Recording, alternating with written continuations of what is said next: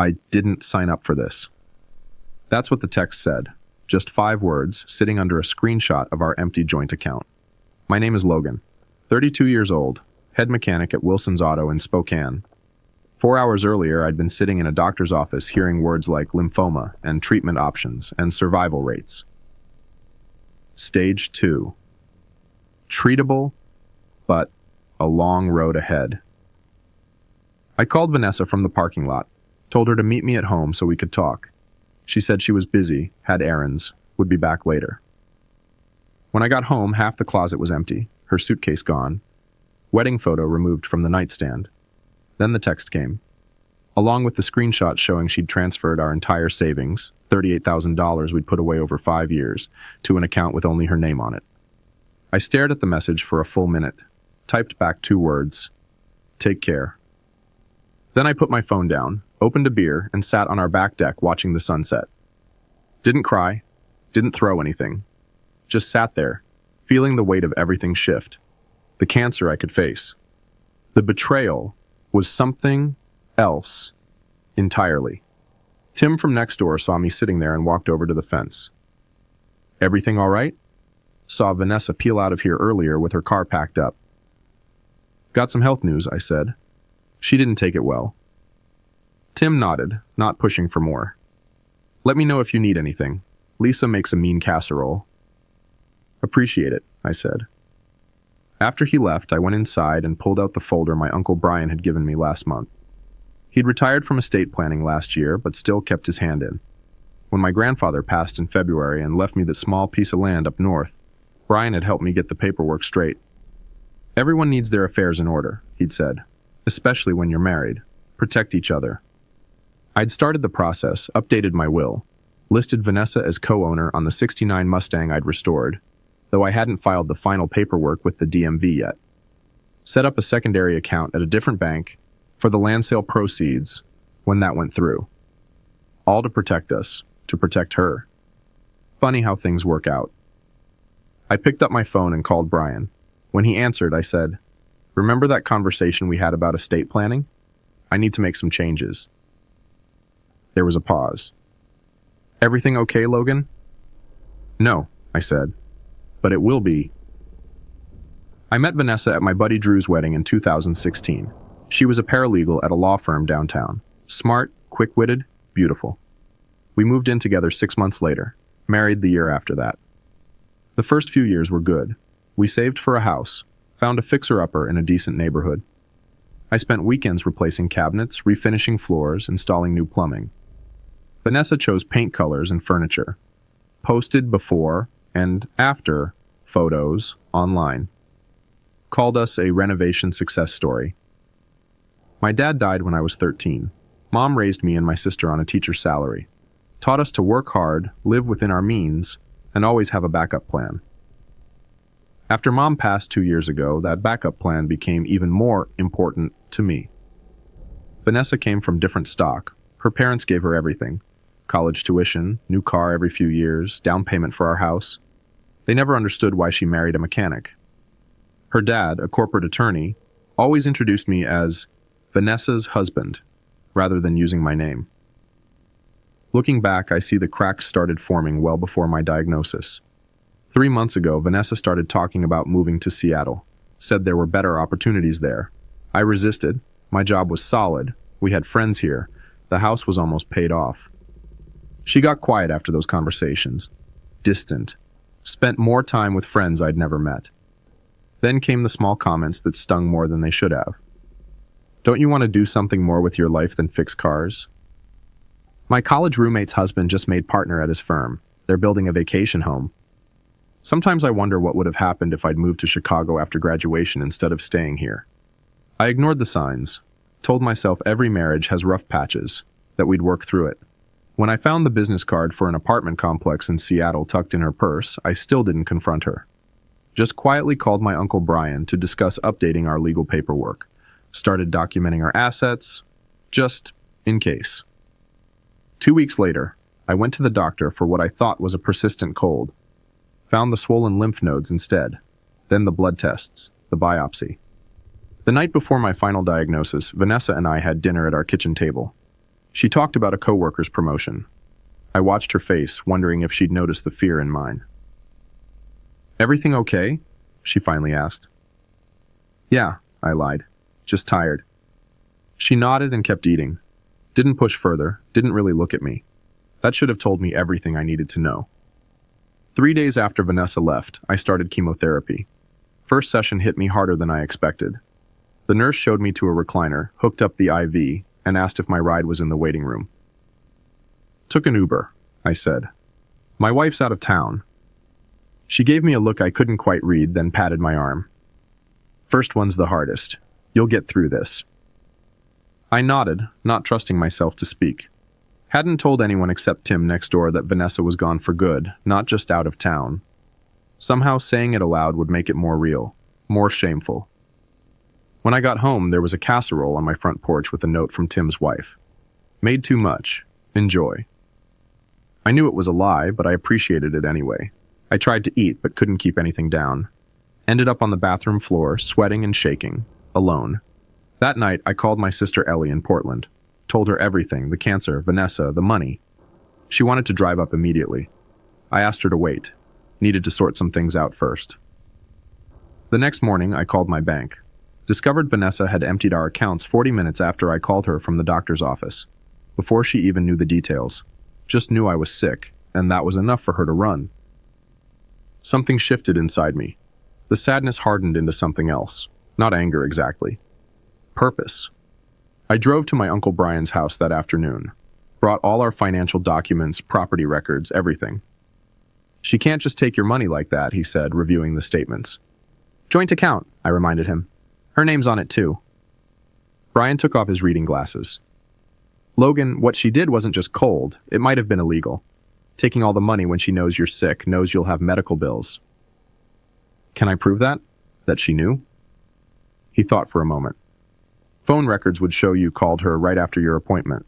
The bank statement shows when she made the transfer. If you documented your diagnosis date..."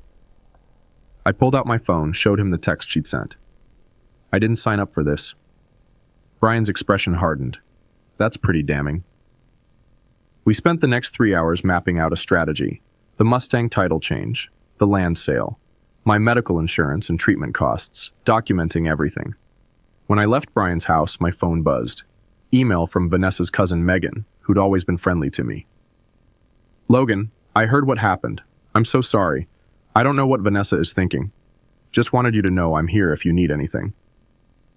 I stared at the message for a long time, then replied, "Does Vanessa know about my diagnosis?" Megan's response came quickly. "Yes, she told everyone you have cancer but said she couldn't handle it and needed a fresh start. My whole family is shocked. This isn't right." I thanked her and put my phone away. Drove home with the windows down, feeling the summer air on my face. For the first time since the diagnosis, I felt clarity. I knew exactly what I needed to do. 2 weeks into treatment, I got a letter from Vanessa's lawyer. She wanted a divorce, cited irreconcilable differences, requested to be removed from the mortgage but wanted half the equity in the house, said nothing about the money she'd already taken, nothing about my illness. I took the letter to Brian. "Pretty bold," he said, scanning the document. "Takes all your savings knowing you're sick, then wants half the house too. What should I do?" "Don't respond yet," Brian advised. "Let's see how far she wants to push this." The next day, I got a text from a number I didn't recognize. "Logan, it's Vanessa. This is my new number. I know you're upset, but we need to figure this out. My lawyer says I'm entitled to half the house." I didn't respond. 3 days later, another text. "Logan, being childish won't help. I know you're going through stuff, but I have rights too." Going through stuff. Like cancer was a bad mood I needed to get over. I blocked the number. My third chemo session hit me hard. Couldn't keep food down for 2 days. Lost 12 pounds. Ellie finally came up from Portland, stayed for a week. Cleaned the house, stocked the freezer with meals, drove me to appointments. The day before she left, we got another letter from Vanessa's lawyer. More demands. More threats about what I owed her. Ellie was furious. "After what she did? She's lucky you haven't taken her to court for the money she stole." "We'll get there," I said. The following week, I received a certified letter from the bank. Vanessa had tried to remove my name from our joint credit cards, but couldn't without my signature. She'd also attempted to access our safe deposit box, the one containing the deed to the house, the Mustang title, and my grandfather's will. The bank had denied her access when she couldn't produce the second key. My key. I called Brian immediately. She's getting desperate, he said. Probably realized she left loose ends. What's my next move? Let's close that safe deposit box. Move everything to a new one in your name only. And I think it's time to file those title changes for the Mustang. I took a sick day, though every day was a sick day now. Went to the bank, closed the box, opened a new one. Went to the DMV, removed Vanessa's name from the title that had never been finalized. That night, another text from a new number. You changed the Mustang title? That car is half mine. You put my name on it. I stared at the message. How did she know already? I'd only filed the paperwork that morning. Then it clicked. She must have someone at the DMV feeding her information.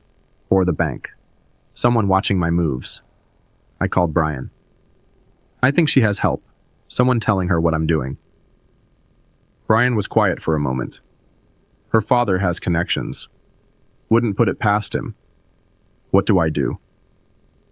Feed them wrong information, Brian said. Let's set a trap.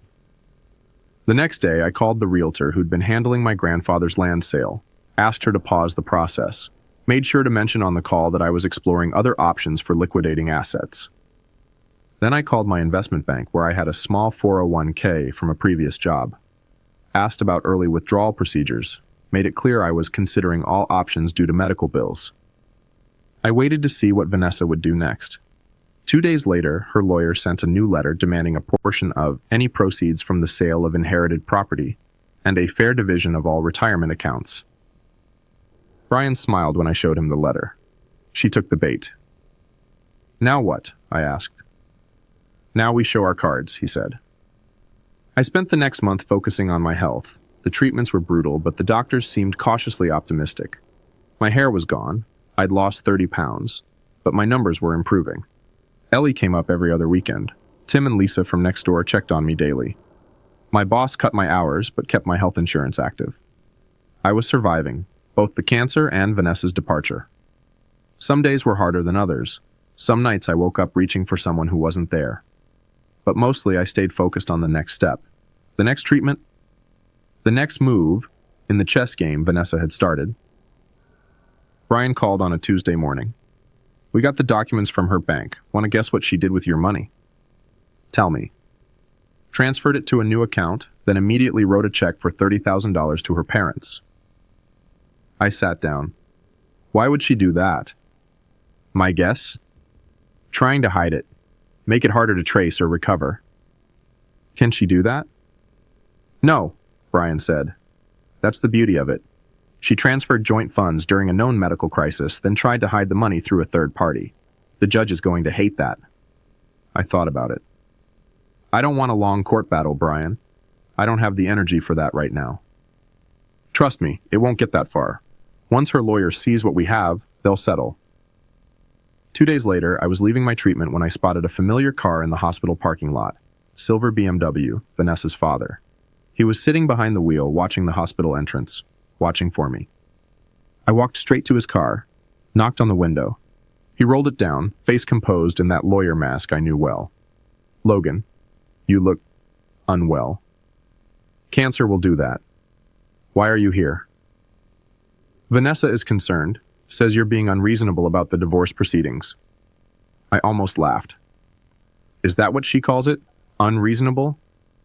She's prepared to be generous given your situation. A fair division of assets, including the house. After she took every cent we had, after she left the day I was diagnosed. He had the decency to look uncomfortable. She was upset, emotional. People make mistakes. This wasn't a mistake, it was a choice. He sighed. Logan, be practical. You're sick. You need to focus on getting better, not fighting a legal battle you can't afford. That's when it hit me. They thought I was desperate. Thought I was broke after Vanessa cleaned out our accounts. Thought I'd take any settlement just to avoid a fight. They had no idea about the land sale. No idea I'd removed her name from the Mustang title before she could claim it. No idea I'd documented everything. "Tell Vanessa I'll have my response to her lawyer by Friday," I said, turning to leave. "Logan," he called after me, "don't make this harder than it needs to be." I didn't look back. On Thursday, I met with Brian and the real estate lawyer he'd brought in, Catherine Chen. We reviewed everything: the bank records showing Vanessa's withdrawal immediately after my diagnosis, her text message, the witness statement from Megan confirming Vanessa knew about my cancer, the check to her parents.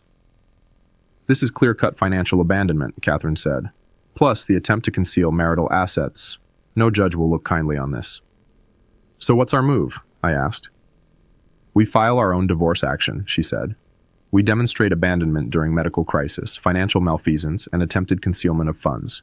We request full recovery of the missing funds plus legal fees." "Will that work?" I asked. Catherine smiled. "I've never seen a cleaner case, but I don't think it will get that far. Once they see what we have, they'll fold." "And if they don't?" "Then we go to court and she loses everything, including her reputation." For the first time in months, I felt something like hope. On Friday morning, Catherine sent our response to Vanessa's lawyer. A complete divorce filing with all the evidence attached. Bank records, text messages, witness statements, medical documentation.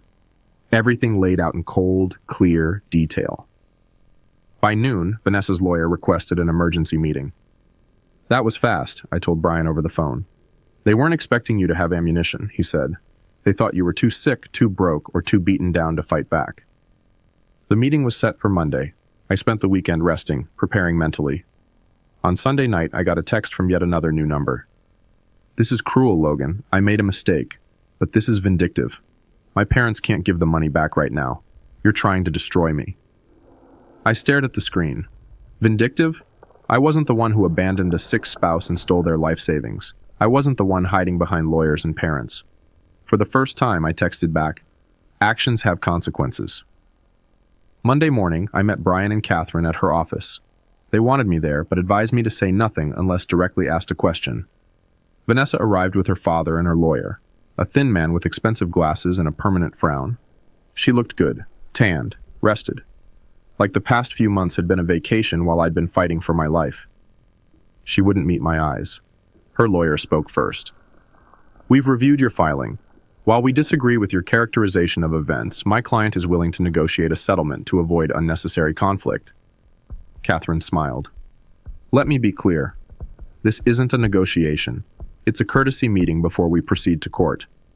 Your client abandoned her husband upon his cancer diagnosis, emptied their joint accounts, attempted to hide those funds through her parents, and then demanded additional assets.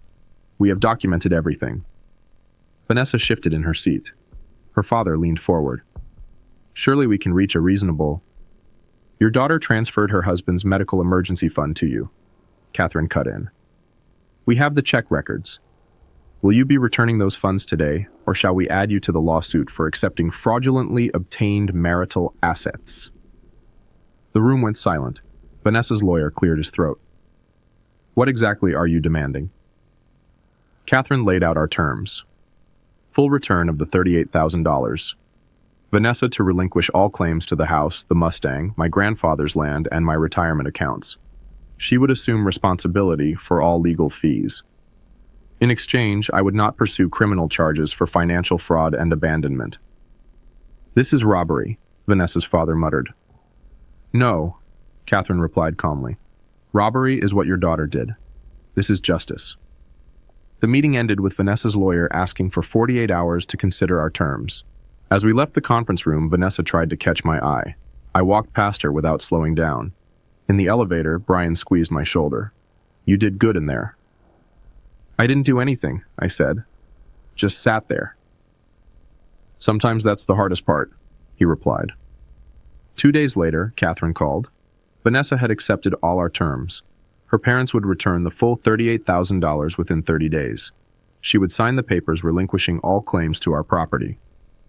"It's over," Catherine said. "You won." But it didn't feel like winning. It felt like the end of something I once thought would last forever. Like closing a book halfway through the story. Still, for the first time since my diagnosis, I slept through the night. The settlement money arrived exactly 30 days later. A cashier's check for the full $38,000. I deposited it immediately, then called my oncologist's office to pay down my medical bills. The nurse who'd been with me from the first treatment, Julia, was at the front desk when I arrived. "You're looking better," she said. "Numbers came back good last week." "Feel better too," I said, handing over the check. She glanced at the amount. "Insurance came through?" "Something like that." The divorce was finalized a week later. I signed the papers at Catherine's office, feeling strangely empty. Not sad, not angry. Just done. "What now?" Brian asked as we left the building. "Finish treatment, get better, figure out what's next." He nodded. "The land sale should close next month. That's another $65,000. And if you decide to sell the Mustang—" "Not yet," I said. "I'm not ready to let go of everything." That evening, I sat on my back deck with a glass of water, watching the sunset. The nausea from chemo had finally subsided. My hair was starting to grow back, patchy, but there. The doctors were using words like responding well and promising outlook. My phone buzzed. Email from Megan, Vanessa's cousin. "Logan, I heard everything's finalized. I'm so sorry for what my family did to you. Vanessa's parents are selling their Lake Coeur d'Alene cabin to cover the money they owe you. My aunt is furious, blaming you instead of Vanessa. But I wanted you to know some of us understand what really happened. I hope you're doing better. You deserve that much." I put my phone away without replying. Didn't need to engage with Vanessa's family drama anymore. It was time to focus on healing, on rebuilding, on whatever came next. 6 months later, my oncologist said the words I'd been waiting for. Complete remission. I sat in her office, letting the news sink in. Not cured, lymphoma could always come back. But for now, the cancer was gone. The battle won. "What happens now?" I asked. "Regular checkups, blood work, scans every 6 months. But for now, Logan, you go live your life." That evening, I made 2 calls, first to Ellie, who screamed with joy, then to my buddy Joel in Missoula, who'd been offering me a job at his custom auto shop for years. "Still got space for me?" I asked. "Hell yes," he said. "When can you start?" A month later, I sold the house in Spokane. Used the money to buy a small cabin outside Missoula. 2 bedrooms, a garage big enough for my tools and the Mustang, and mountains visible from every window. The day I drove out of Spokane, Tim and Lisa from next door came to say goodbye. Lisa handed me a casserole for the road. I thanked them for everything, the meals, the lawn mowing, the quiet support when I needed it most. "You doing okay?" Tim asked. "Really okay?" I thought about it. Getting there. 3 months into my new life in Montana, I got a text from an unknown number. Vanessa again. "I heard you're in remission. I'm glad. I know you won't believe this, but I think about you often. I made a terrible mistake. I was scared and selfish. I'm sorry, Logan, for everything." I read it twice, considering whether to respond. In the end, I typed back just 4 words. "I survived. Be well." Then I blocked the number, put my phone away, and went to work on the Mustang. Not to sell it anymore, to keep it, to restore it again, this time just for me. Some things, once broken, can't be fixed, but others can be rebuilt, stronger than before. I was one of them.